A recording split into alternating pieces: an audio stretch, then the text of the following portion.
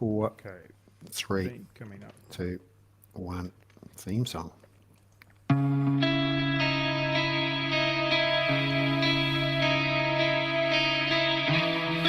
Kia ora koutou katoa. Welcome to the Hoon, where co-host Peter Bale and I go around the week's news in geopolitics and Aotearoa's political economy with a whole bunch of experts, academics and politicians, all to understand our worlds better and have some fun.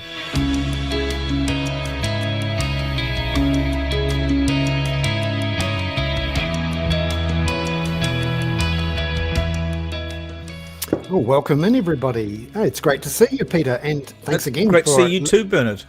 In your front room, looking out at the wonderful sea. It's not quite a sparkling day, but a big one. A huge week of news to get through, including a whole brand new government with a bunch of agreements and plenty of news breaking all over the place. Yeah, and we've just had Henry Kissinger die at 100 years of age, so we can talk about him, I suspect, with Robert Patman, including how he got the Nobel Peace Prize for bringing the Vietnam War to an end and by bombing Cambodia, which is always a bit of a scandal. Now, Bernard, you've been to a book launch. We've both been to a book launch this afternoon, which is why we're in the same place. Yes. Tell us about that. A launch by Mira Mialati, who is a media academic, a former financial journalist, who's just launched a fantastic, I was going to say little book, but it's a jam-packed full of info. It's one of those Bridget Williams books formats, very simple paperback, good value for money. And it was all about the crossover in Aotearoa between the traditional media and the platforms, the social media and search platforms of Google, Facebook, Meta, Alphabet. And a really good set of insights into how those relations have developed, how it's changed the media. And you and I both enjoyed talking about it and putting our own little perspectives on it, having been... Yeah, you told us an anecdote that I don't think I'd heard from you before about finding your own name on a list of people to be hung as traitors to New Zealand, held by a chap who was holding a noose during the Parliamentary invasion, ground invasion. I mean, that sounded pretty extraordinary, but you told it beautifully. Do you want to tell people a tiny bit about that? Because I thought it was a very elegant way to put yourself in the story and without being creepy. Yeah, so when I was at the Parliamentary Press Gallery, when the occupation of Parliament's grounds was on, being a curious journo and knowing that I wasn't very well known, that not many people would know my face, I went into the throng of protesters who, at various points had been grumpy, angry, but also in a celebratory and jovial mood. And whenever I went into the crowd, that was often the case. But I went in because I'm just naturally a nosy Parker and curious, and went with my glasses just to read what was on the signs, to see who the people were, to maybe have a chat with them and find out what were they really thinking. Were they really saying these things? Because there were people chanting about killing the Prime Minister and having trials and hanging people. And I stumbled across a guy with a sign and a yard arm with a noose. Now, I don't think it would have been a practical and effective means of delivering judgment, but highly symbolic. Symbolic, yes. And there was a list of names that were going to be tried and executed, which he was very proud of, and he was very chirpy, actually, I have to say. I wandered up and put my glasses on and read the list of names, and there were the usual suspects, I suppose you could say, the Prime Minister, Grant Robertson, Ashley Bloomfield. And then it started to stumble into names in the media, people that, I work with and sit next to every day and put my hand up and try to get questions in every day. First Tova, then you, Jessica, then Bernard. And I read down the list, wondering who the heck was there, and the usual people you'd expect, the famous, media and journalists, the people at the front of the national story about the COVID lockdowns and the mandates and all of that. And then I stumbled across this name. I couldn't quite believe it. Bernard Hickey. And I thought, really?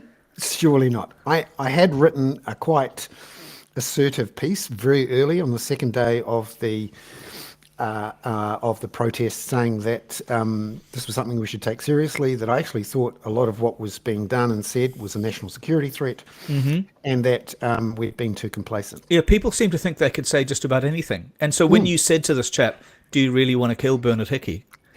Because I What did he realised say? he hadn't recognised me, and he said, "Oh, actually, I'm not sure who is he. What does he do?" And I said, "Oh, isn't he the guy who does all the stuff on fixed versus floating and what the official cash rate's doing?" I said, "Do you really want to kill him?" And he said, "Oh no, not him, but Jacinda and Ashley." All the others, absolutely. Yeah. Yes.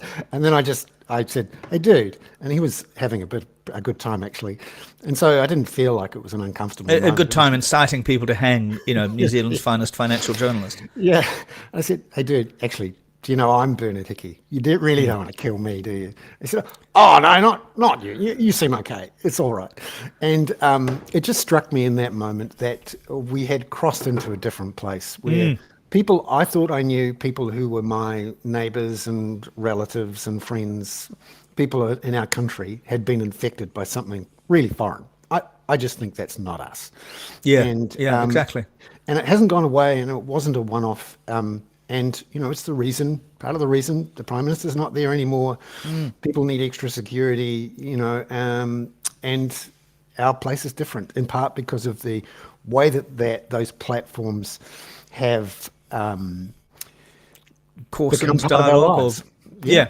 Do you think? But so we're going to talk. I think when Josie comes on a little bit about the first few days of the new government. But I think we should talk about some of this because some of the makeup of that government and some of the language used by some of the members of that government very much fits with that kind of undermining, attacking, very, very sort of darkly aggressive approach, I thought. And I'd like to discuss that with Josie. What else are we going to do? We've got Catherine coming to talk about the environment shortly again. Yes, and obviously a huge week for the climate change story with the COP28, some massive scoops that have come out this week, which we'll talk about.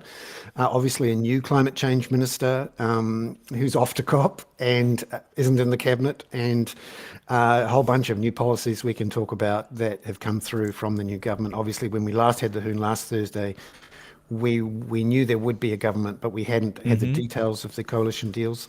I was lucky enough to be in Wellington on Friday at the news conference where the deals were announced and signed, and saw the beginnings of Winston Peters deciding to be Mr. Nasty. Yeah, to be.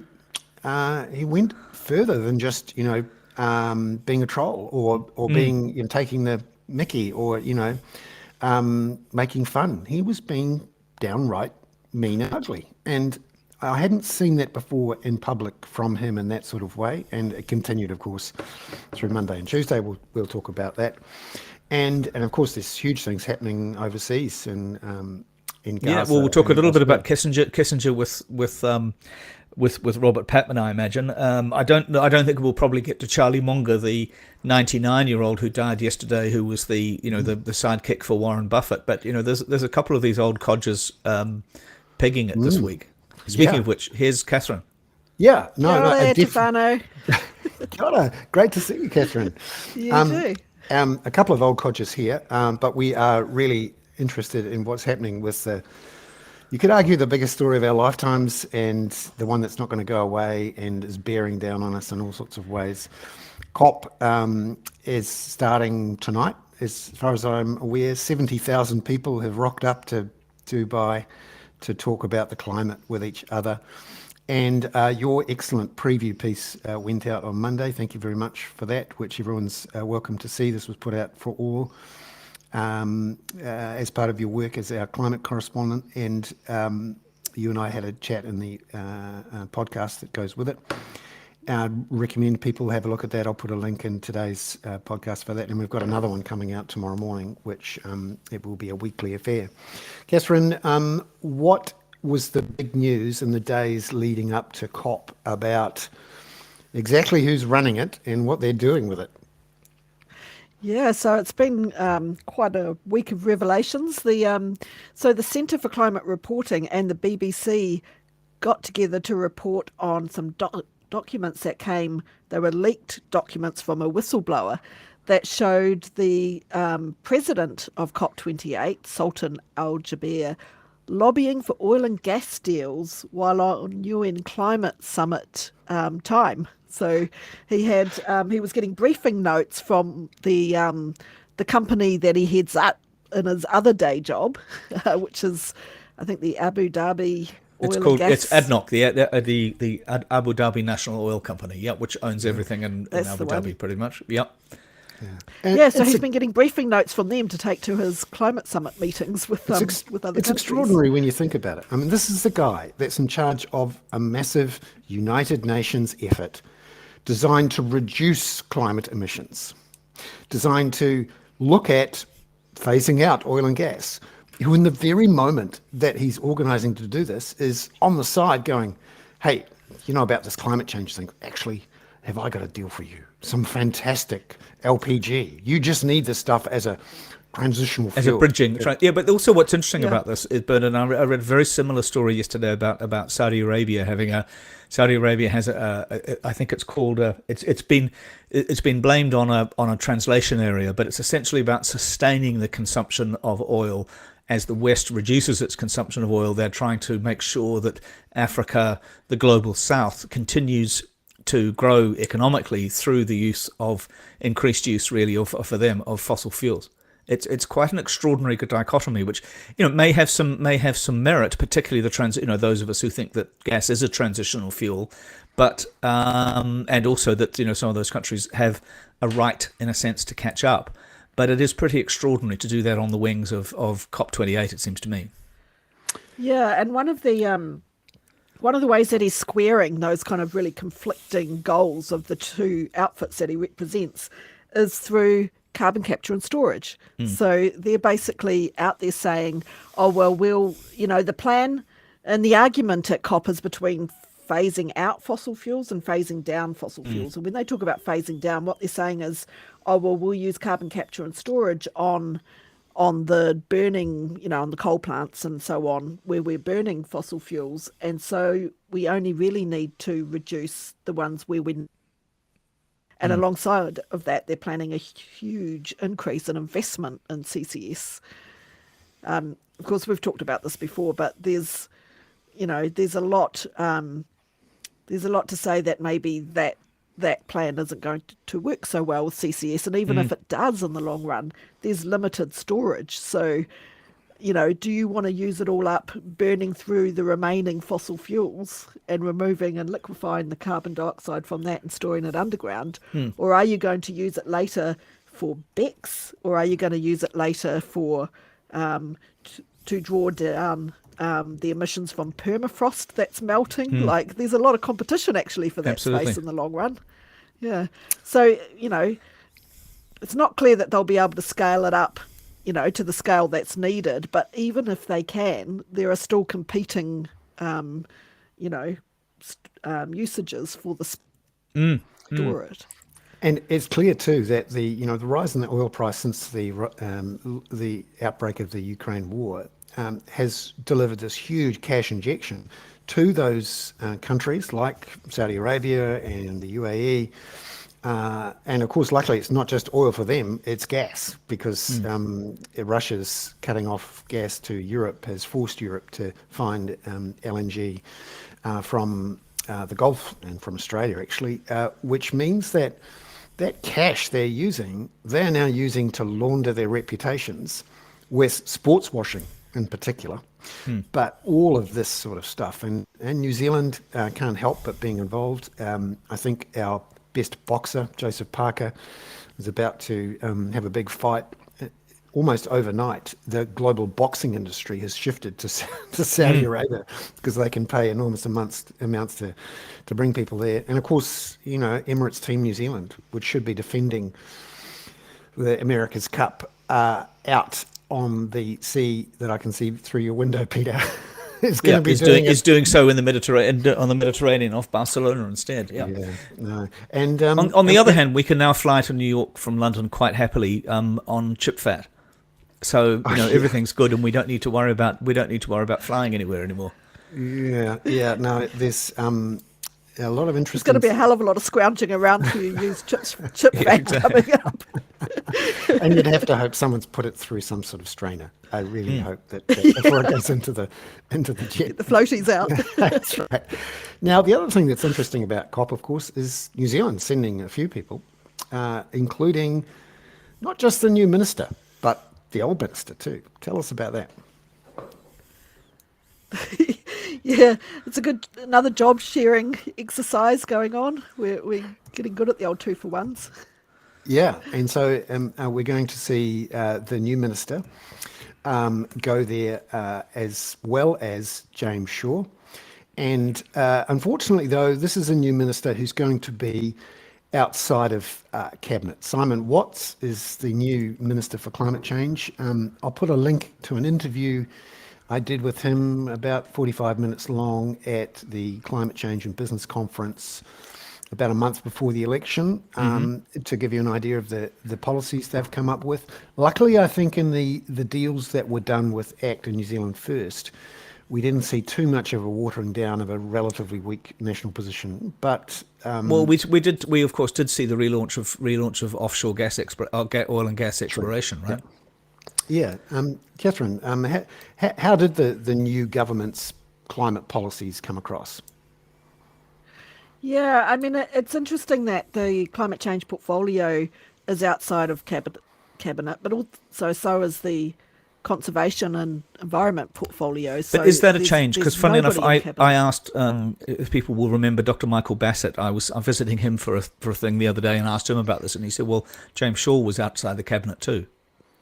Yeah, well, James Shaw was outside of cabinet because he was not part of the government. So they kind of had to move him outside of cabinet because there wasn't a coalition agreement with the Greens. They weren't part of government. So that's pretty much the only reason he really had to sit outside of cabinet. You would expect them to move that portfolio back into cabinet where it has been in the past. So the National would say that Nicola Willis is the Associate Climate Change Minister. However, it is worth knowing that Mark Dalder, Newsroom's climate and many others things correspondent, managed to get a concession out of Christopher Luxon in September that Luxon would put climate change into the cabinet. So that's one of his first renegings. So presumably that was a concession to Winston, who doesn't really believe that climate change is as serious as we seem to think it is. Yeah, and Winston Peters' position on this matters, not only because, as we expected, he's going to be the foreign minister, and a big chunk of his role is going to be talking about climate change, arguing for New Zealand's positions, and also appealing to the Pacific not to jump into China's boat and to stay with us because we're serious about climate, because that's the existential threat to our Pacific neighbours.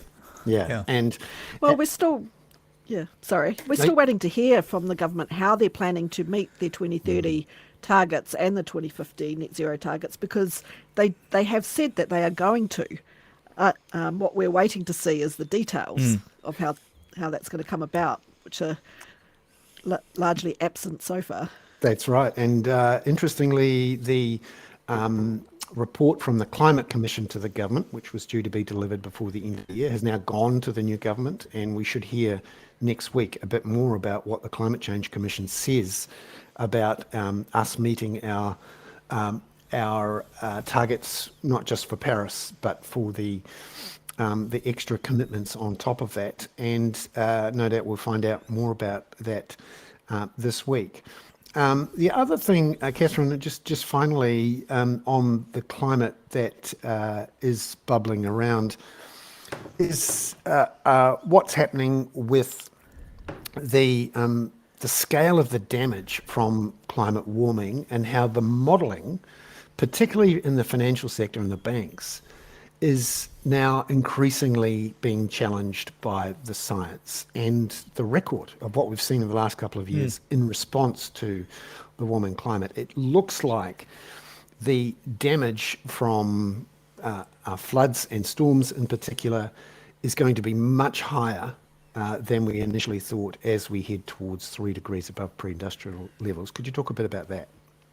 Yeah, there's a couple of things going on around this. I mean, first of all, there was this new study that's come out from the Potsdam Institute, what the climate record has shown to date in terms of how much extra precipitation that you get as the temperature warms, and has found that climate models have systematically underestimated this. I mean, that's quite interesting, because in the last couple of years, well, up until the last couple of years, there was this debate about the way that clouds worked in the climate system, and for a long time they just assumed that it kind of evened out, because clouds reflect light back out into space, as well as giving a greenhouse effect and keeping warming trapped, and they thought that would pretty much cancel things out. But the more research they've done on clouds, the more that they've found that that's not actually the case, and that they do increase warming. And of course clouds are associated with precipitation, so I'm not that surprised to see that half of the equation starting to become ironed out as well. And Catherine, one it does more, mean sorry. that... Go for it. No, go for it, sorry. Sure. No, go ahead. Also, there was the thing today with Consumer NZ is suing Z Energy for their claims. And it was pointed out to me earlier today that this is something that's been warned to companies that are doing climate scenario modelling and making claims and stuff publicly, that they need to be very, very careful that what they're saying is factual in public, because they could end up in court over it. And Catherine, if you're looking ahead at COP28, what are the 2 or 3? Josie, you've got an echo there. Is it possible that the speaker is on, or could you go out and come back in again? Yep. Thank you.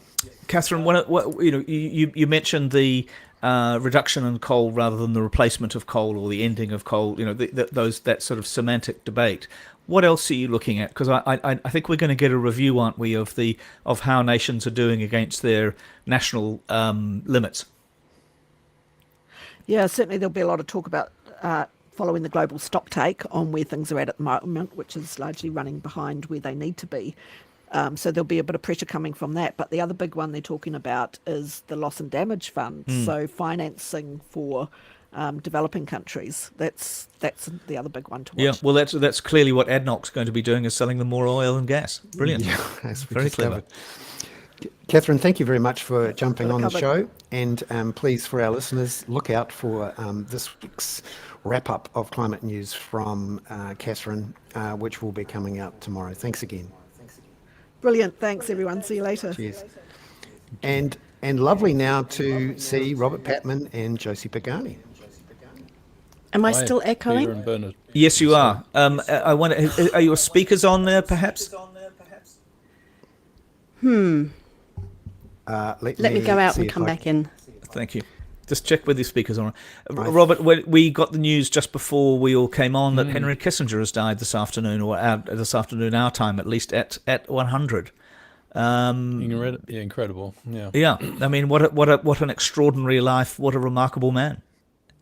Yes, a remarkable man, and a divisive one in terms of people's perception of him.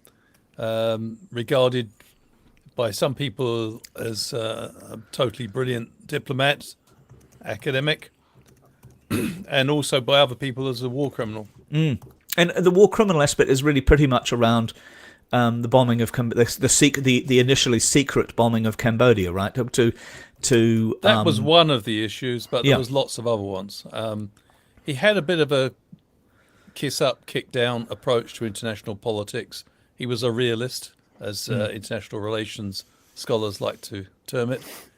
He believed the world was basically run by great powers. And that was probably his downfall as well, because if you look at the way he brilliantly set up the policy of détente between the United States and the Soviet Union, using China as a device of manipulation to induce the Soviets to do business with the United States. The problem was that it was a neat arrangement, but it fell apart because countries in the developing world had their own ideas about their own national sovereignty. And so you had the spectacle of the United States and the Soviet Union in the second half of the 70s blaming each other for problems which neither could control, whether it be the overthrow of Haile Selassie in Ethiopia, which America saw the Soviet hand behind, or the overthrow of the Shah in Iran, where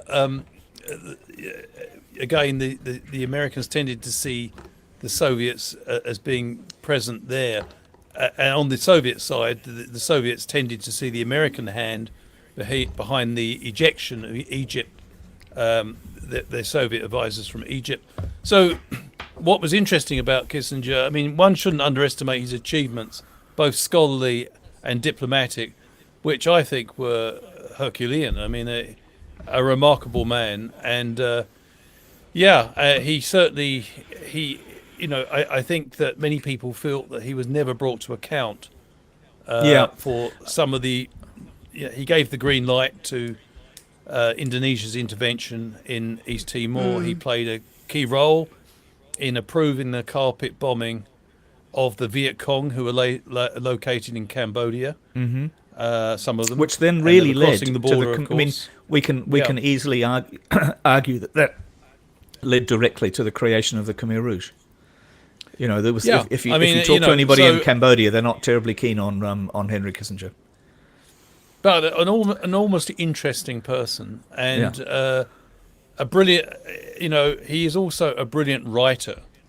If you've read his work, you may disagree with it, but it's beautifully crafted, diligently researched, and he's 3 volumes on the Nixon administration, of which he's a member. Of course, he started off as National Security Advisor under Richard Nixon. This interesting combination of 2 very insecure people working together.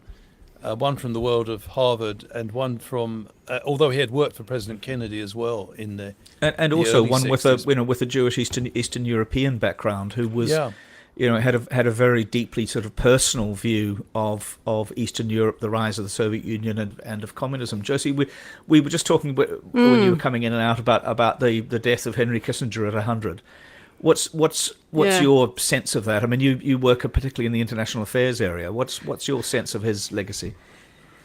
He was a bit like the Queen in the sense that you just thought he was immortal and he'd never go, and suddenly, at 100, he's finally gone, and you kind of, you have to get your head around what his legacy is. I mean, as Robert was saying, of course you respect his scholarly expertise, his incredible influence. I mean, 12 presidents. He advised 12 presidents. Obama disliked him intensely, I think. I mean, you never hear Obama say critical things about people, but he basically said that his job was to fix the world that Kissinger had left behind.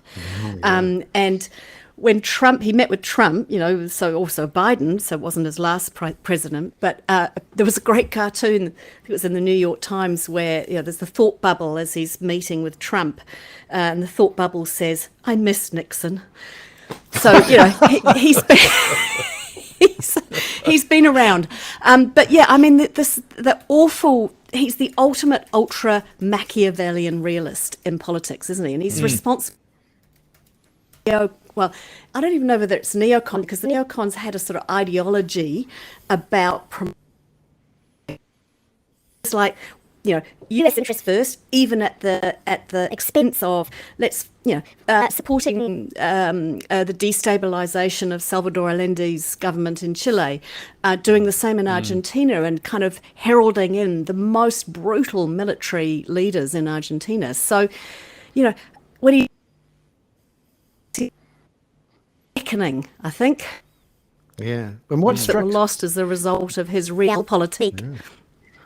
But also how many lives he had. The idea that someone is really actively involved in geopolitics at the age of 100, which he clearly was and is. Yeah, and that he was running Kissinger Associates and charging, I understand, hefty consulting fees right up to his last 6 months. In fact, he gave a very interesting interview in July this year about China. Of course, he was regarded as an authority as China, and he still had extremely close relations with both Xi Jinping, and I think Xi Jinping inherited the Chinese leadership's familiarity with Dr. Kissinger, but also with Putin. I mean, Putin wouldn't hesitate to fly him straight over to Moscow for consultations, and so he was a remarkable person.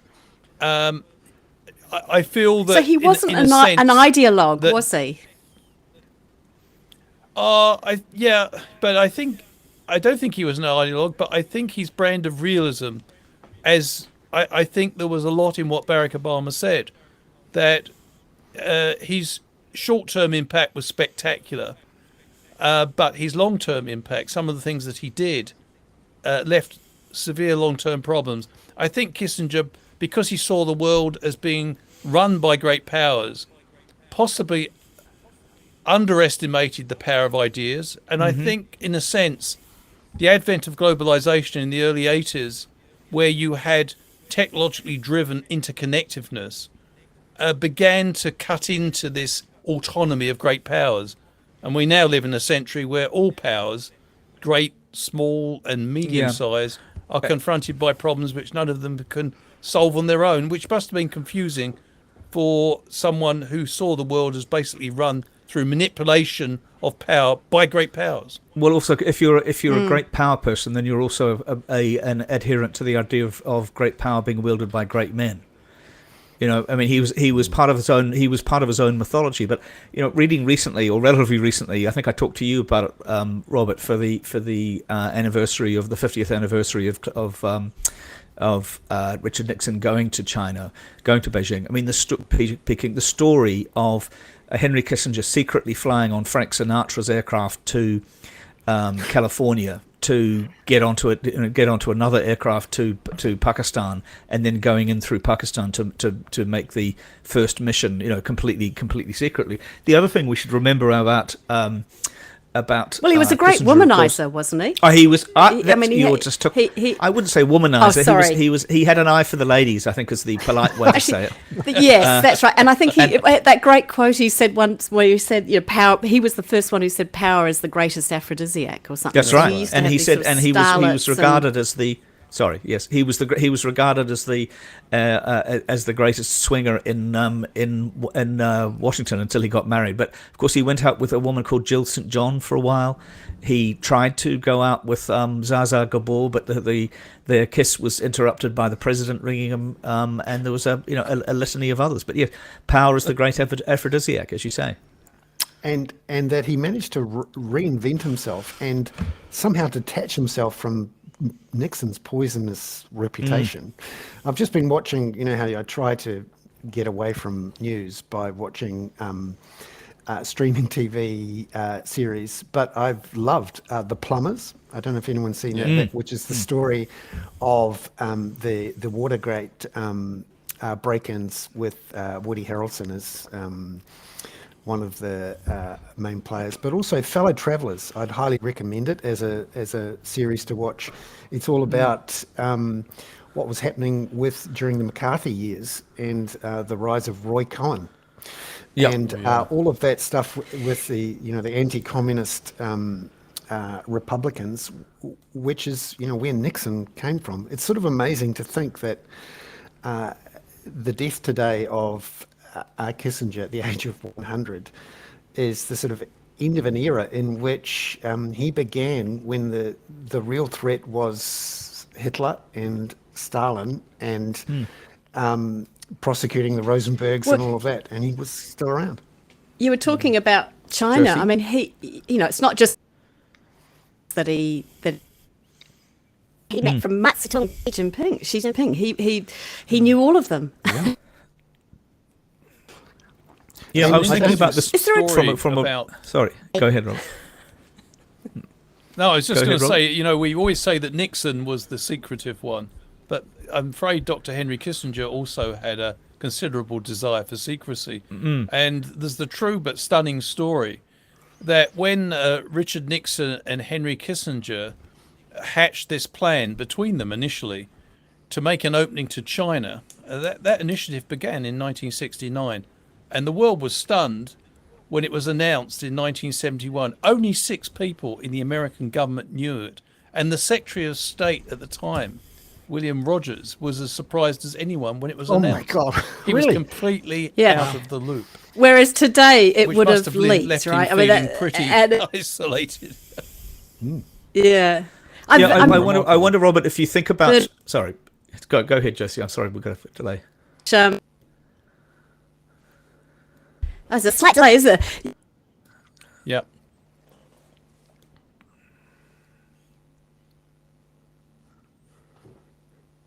Yeah, you've gone a bit crackly there, Josie. So I might just step in and ask Robert a question while you've gone crackly for a moment. Netflix and watch. Yeah, Robert. I guess we've got Kissinger now in the same bucket as George F. Kennan, presumably Andrei Gromyko, the longtime Soviet foreign minister, Molotov, the longtime foreign minister under Stalin. Who else would you bracket him with? Well, I think he would be bracketed with the person he wrote his first book on, which was Metternich, the great Austrian diplomat, but also scholar. Yeah, I mean, he's a remarkable man, and not too many people make the transition from starting in academia to becoming a successful policy practitioner. And I think he did. You know, he was a man of enormous insights, and he had a ferocious temper, apparently, as well, which people around him had to bear the brunt of. But, you know, it was very interesting because his short-term impact could be very, very stunning. You may recall, well, there was the Yom Kippur War in 1973, October 73, when Egypt and Syria attacked Israel, and Israel, it was probably the most evenly contested Touch and go. war. Yeah, but after the war was concluded, Kissinger used the chance to build bridges with the Egyptian leader. In fact, he assured the Egyptian leader, who was then allied to the Soviet Union, that he would not allow Anwar Sadat's army to be massacred as the Israelis were threatening to do in the Sinai. But he gave that private assurance, and then he took it upon himself basically to squeeze out the Soviets of the Middle East. And again, that was a great, it looked on the face of it was brilliant diplomacy. He engaged in what was called shuttle diplomacy immediately after the Yom Kippur War. The Soviets were sidelined, and America became the dominant power in the Middle East, a position they've largely retained. But it's probably had long-term consequences for not solving the Palestinian-Israeli problem. And so I think Obama was pretty right that when he said that, Kissinger did a lot of things which were full of insight and very, very opportunist. They responded quickly. He was nimble, but he didn't always think through the long-term consequences which others had to deal with. And, I wonder whether that's true of Cuba as well. What do you mean the long-term fact consequences? The isolation of Cuba, the bullying, which I know started before Kissinger and Nixon. But, I was going to say I wouldn't put that on him exclusively. I think you could make a case that one of the reasons that Castro survived so long was because the United States insisted on putting that very swingeing embargo against the Castro regime, which then gave it legitimacy. Somebody said to me, an American actually, many years ago, if we were seriously interested in toppling Castro, we would remove the embargo and try and do business with them, and the Cubans would then lose any desire to be led by a communist. But anyway, that's another story. And Josie, speaking of towering diplomats and people with extraordinary international skill and leadership, we all sort of won a bet about Winston Peters being the foreign minister in our predictions from last week, or at least I did. But we all sort of got a bet each way with the David Seymour job share with Winston Peters. I mean, what do you make, Josie, of the first few days of this government? Where you also, I know it's not on an international footing that Winston has done this, but he's really overshadowed to some extent the first few days of Luxon with these rather intemperate attacks on media. Yeah, also say that the media have wound it up big time, and that's part of the problem. I mean, of course, there's no sense that the Public Interest Journalism Fund, $55 million that it was an outright bribe.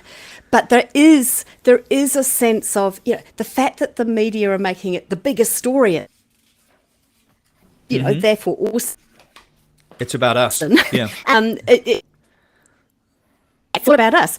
And I have seen this research. It was a Harvard professor. He did some research on government advertising, media coverage, and corruption scandals, it was called. And he looked at the link between government funding for media and media bias. And there is evidence that if you've got governments that are, he was looking at Argentina, that are putting a lot of advertising into public media, so they're dependent on the advertising dollar, as our media were, let alone the public interest fund. Then you do have to be really cognizant of any bias, and the evidence he showed that is when there's government money in public media, it's a bias. So the point Winston Peters is making in a and using words like bribe, which is just wrong, is not completely the field. And the final thing I'd say about it is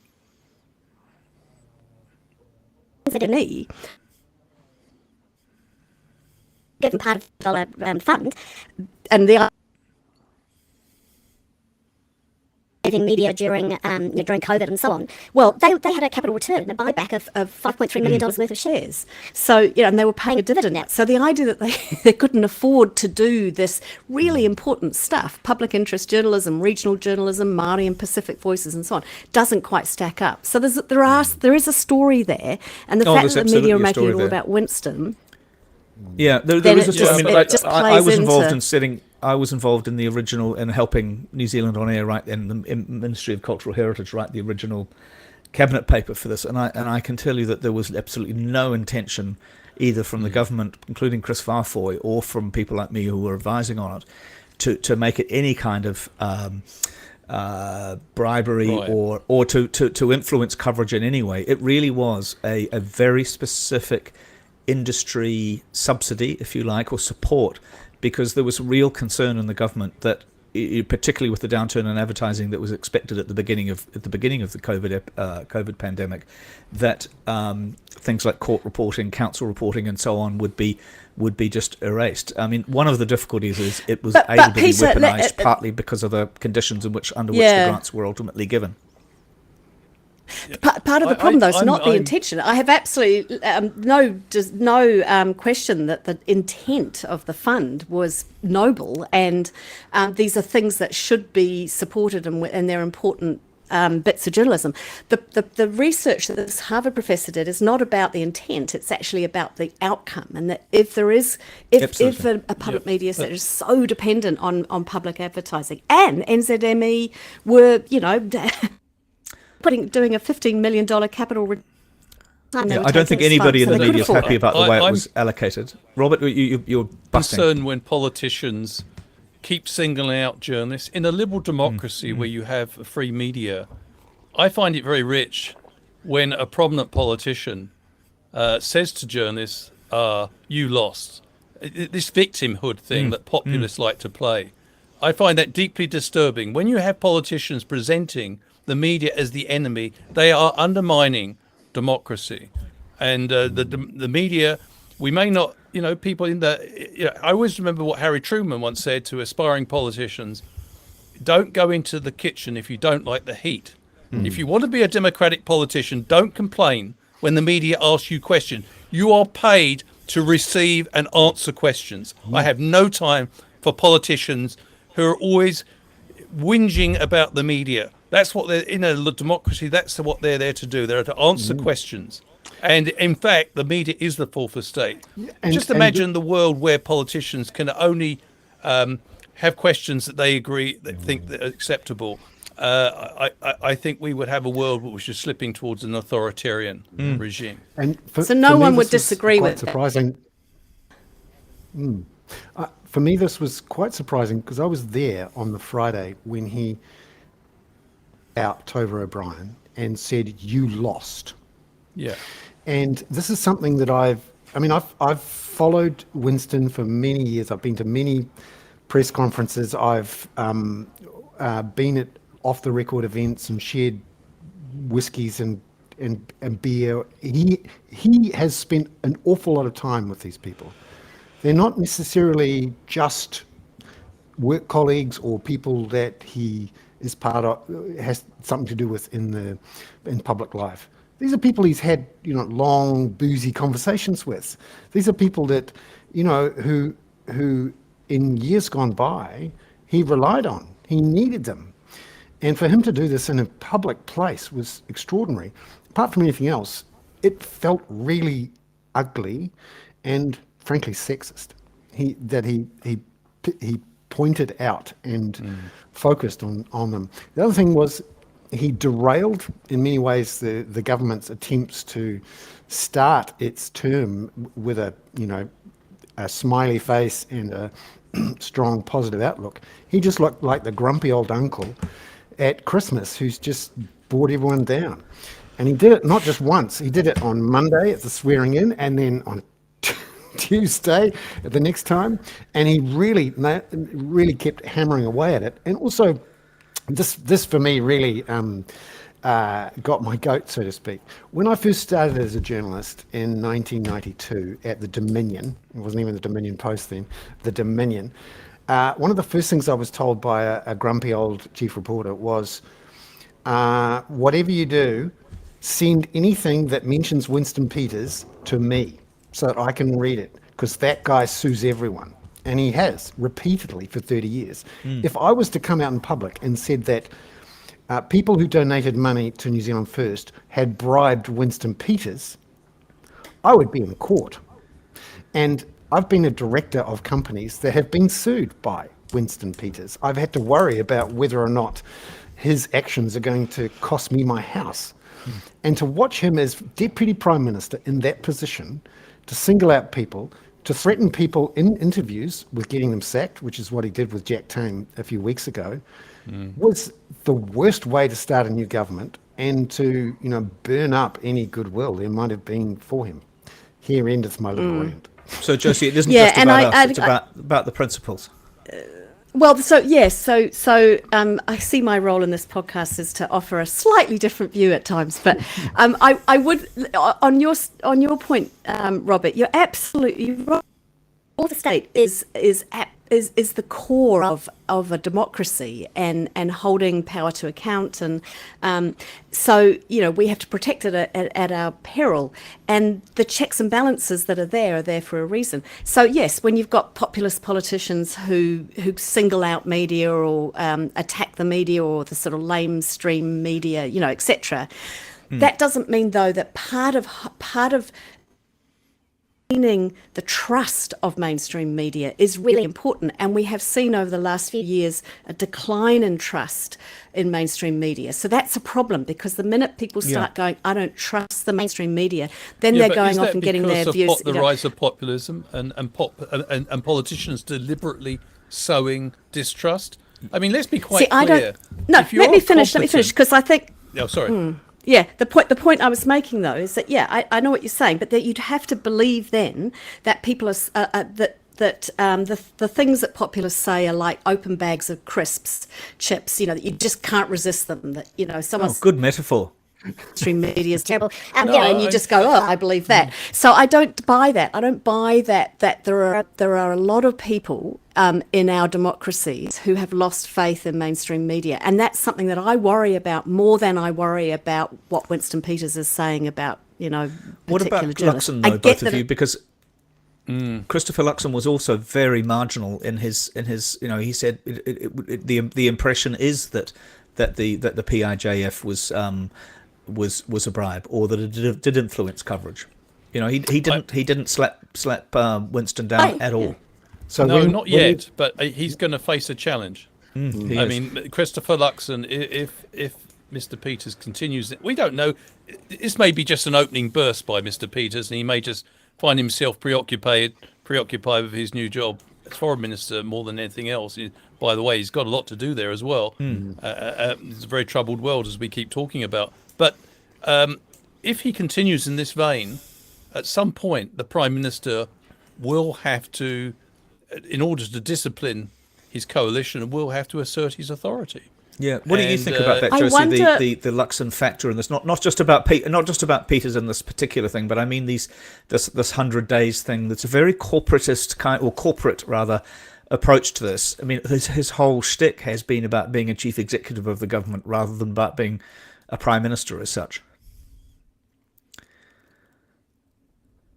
Oh, Robert, it's down to us. It's down to us again. We're going to be having to run Back. this show. I've Let's come just back. talk a minute about. I'm back. Yeah, I mean that's They've I'm come back. back. Thank you. So that. Oh, so and on the what Luxon do you stuff, think yeah. about the first 3 or 4 days? Well, the first 3 days of the coalition. Yeah. So, I mean, again, I've got a slightly different view of that because I think that Luxon actually believes that there is a problem with that fund, right? So the fact that he's not slowing down for that, you could say, because again, I think that this is just not the biggest story in people's minds at the moment, and yet we're making it a big story in the media, which kind of exacerbates the idea that there's some bias in the media, and that I think is a problem.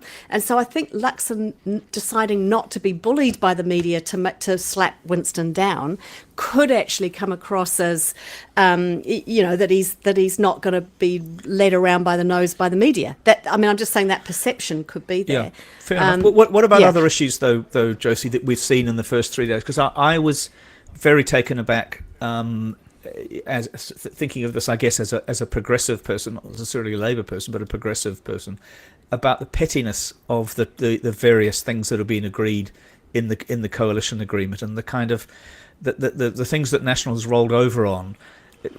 The situation of Maori is quite extraordinarily sort of undermined beyond what it has been over the last few years.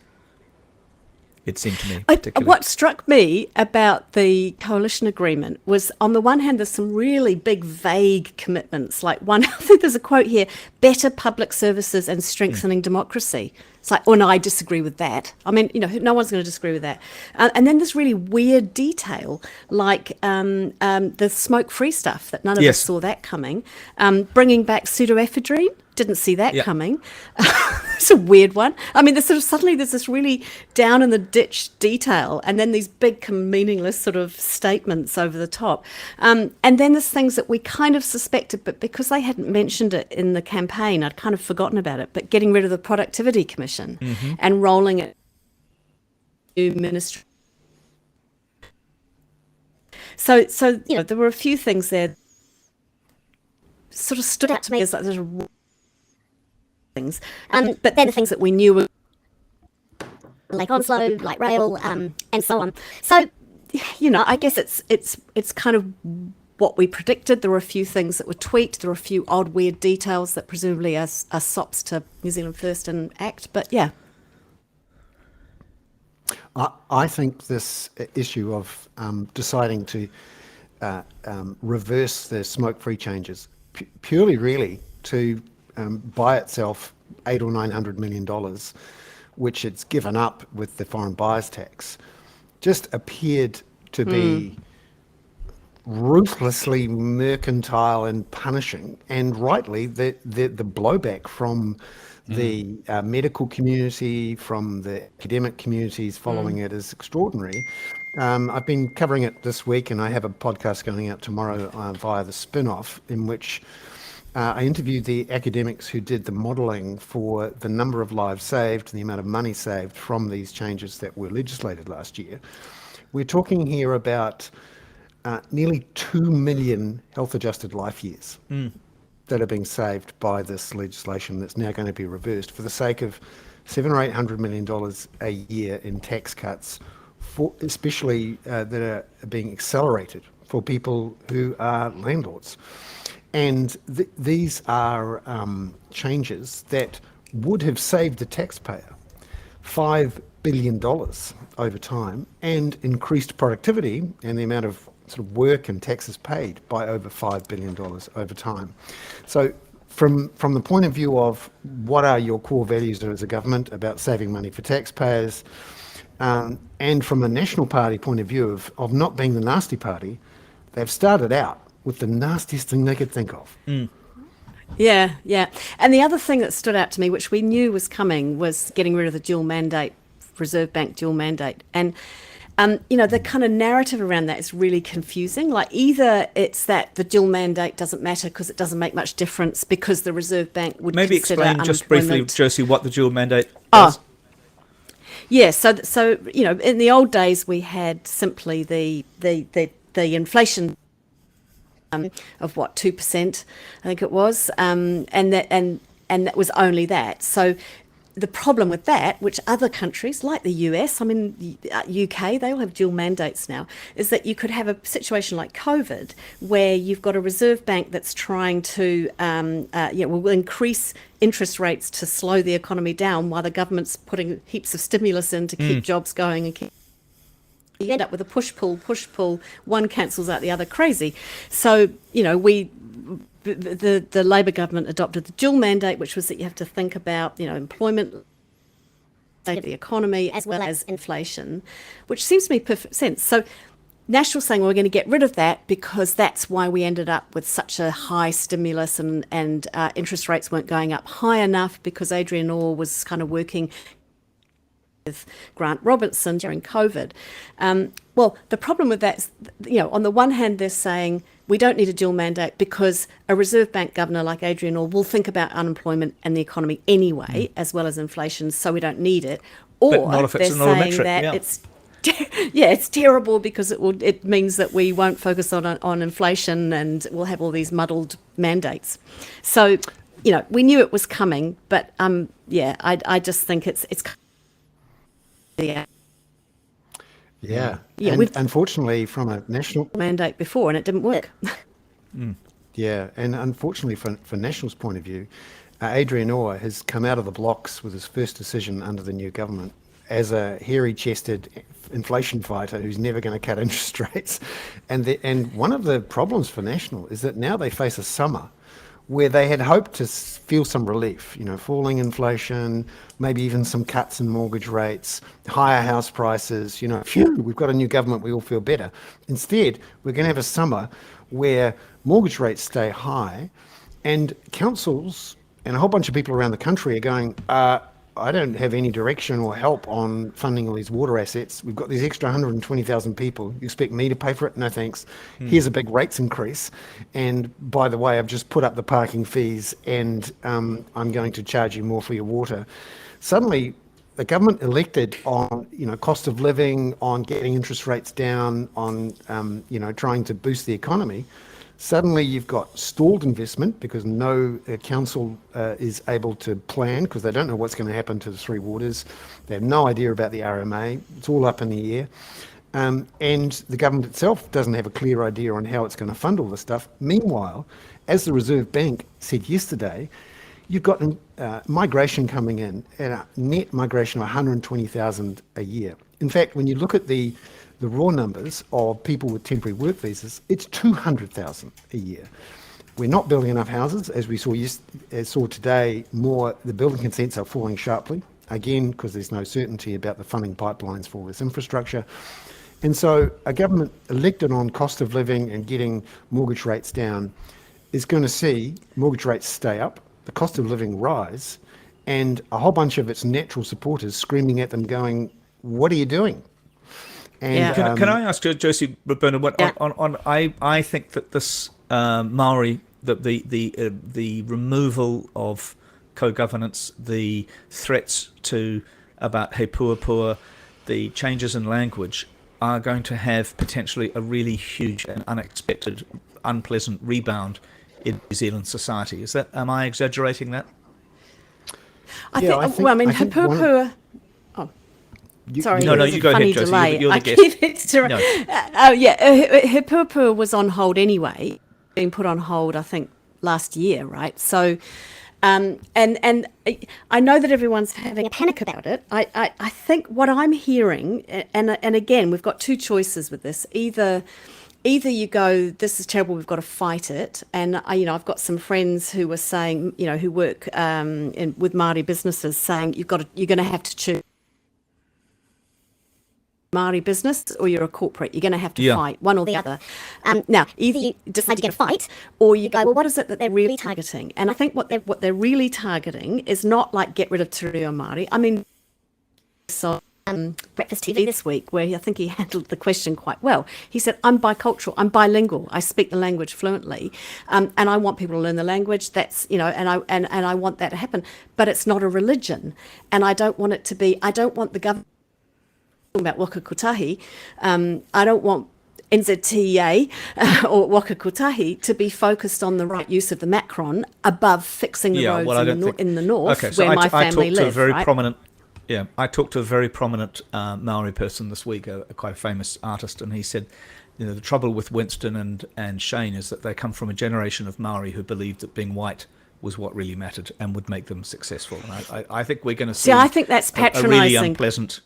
Well, I'm not going to tell you who it was, and it's not me saying that. It's this other person. But let me just bring in Robert on international affairs. Robert, you wrote. Sorry, Josie, I just need to do Robert with international affairs before we hang up. But Robert, you wrote a piece this week for the South China Morning Post about the risks of the Gaza of the Israel-Gaza conflict, and particularly the risks to Biden. Do you want to elaborate about that a little bit? Well, yes, I think what's interesting is that Mr. Biden made what appeared to be a very safe political choice at the outset of the crisis. He gave almost unconditional support for Israel's response following the appalling, horrendous Hamas attack on the 7th of October. But there are signs that Mr. Biden has misjudged the situation spectacularly. That was very much a domestic political interpretation of the right thing to do, and it seems to have unravelled. I think not only within the United States, where people have so many different options for viewing what's happening in the Middle East, but also I think the American position has been seen as hypocritical. The Biden administration kept stressing the need for the laws of wars to be observed, and many people noted that America was providing almost blanket support for Israel's response. And of course, the thing that's really stung this reaction, the backlash, has been the sheer number of civilian casualties in Gaza. And it's interesting. I think there are real risks to the administration. This has been, as I pointed out in the article, I went through 4 major factors which suggest that it's backfiring on the administration, but the fourth one is perhaps the most important, which is it's been a strategic windfall for America's global rivals, namely China and Russia, who've both been able to capitalize the sense of discontent within the global south, that the United States has come across as a partisan power rather than playing the role of a global superpower, which is able to reconcile diverging interests within a region in which they're involved. So it's, one of the problems that Mr. Biden faces is that he had no lack of knowledge about Mr. Netanyahu's far-right government, and yet he's gave tremendous support. And now, of course, the Americans are making they've actually laid down a series of red lines in the last week or so, which are really interesting. For example, the Secretary of State, Antony Blinken, said there cannot be an Israeli reoccupation of Gaza, said that the Palestinians must play a key role. They mustn't be displaced. Thirdly, the Palestinians must be the ones, it won't be Hamas, but it must be a Palestinian authority that governs Gaza. And we've heard a fourth red line added by the US UN representative, who said that there can be no more settlements in the occupied territories. Now, this is a pretty strong statement, but it shows to the extent which the Americans are now trying to retrieve a situation, which I think they mishandled from the outset. But does that not, Robert, does that not challenge I was wondering whether it actually challenges the pitch that you made, that it's actually bad for Biden, but that again, there may be good that can come out of this hideous conflict now because of this pressure for a two-state solution. I say in the article, I reserve judgment about the domestic consequences, but I'm thinking about the international. I think America has been, since 9/11, in slow decline in terms of its international standing. I'm just saying I don't think the way the Biden administration handled this crisis has done anything to boost international confidence outside the United States about its handling of the situation. And, in a sense, Biden would say, well, all the Europeans backed us, but then now the Europeans are also rowing back on their position. And so,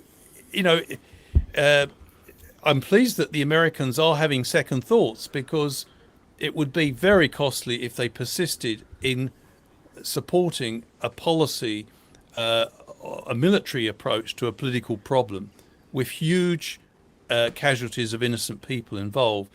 But, two wrongs don't make a right. So And the fact is that I'm pleased the Biden administration is now stressing, that there must be a political solution. We can't go on for this tit-for-tat violence forever. And there So has prediction, to be... will we be back to war on the weekend?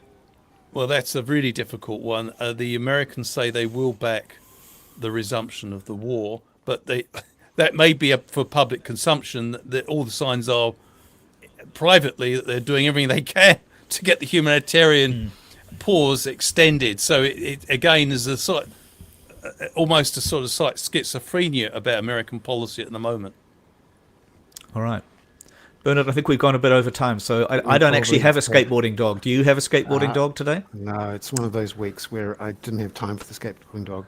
I'd just like to say thank you very much to all of you for jumping onto the show and you. at short notice talking both. about wonderfully about Kissinger and I wish we could go on for several hours to talk about all the things that the government's done in the last couple of weeks.